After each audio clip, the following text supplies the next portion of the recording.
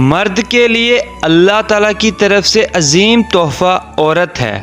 مرد عورت کو پانے کے بعد مکمل ہو جاتا ہے، لیکن عورت کے لیے اللہ تعالیٰ کا عظیم تحفہ اولاد ہے۔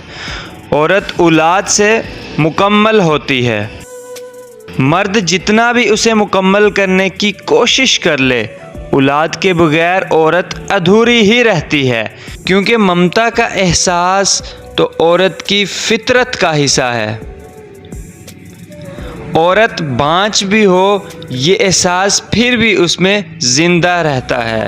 مرد باپ نہ بنے، اس کا دنیاوی خسارہ ہوتا ہے، لیکن عورت ماں نہ بنے، اس کا روحانی خسارہ ہوتا ہے، جس کی بھرپائی ناممکن ہے۔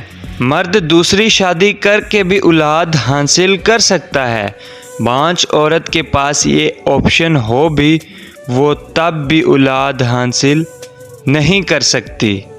اس لیے میں کہتا ہوں، بانجھ عورت کا ایک نارمل عورت کی نسبت زیادہ احساس کیا کریں۔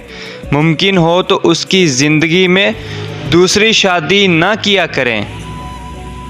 اگر کر لیا کریں تو اسے دوسری سے زیادہ اہمیت دیا کریں، تاکہ اسے اپنی زندگی بھر کی کمی کا بھی احساس نہ ہو پائے۔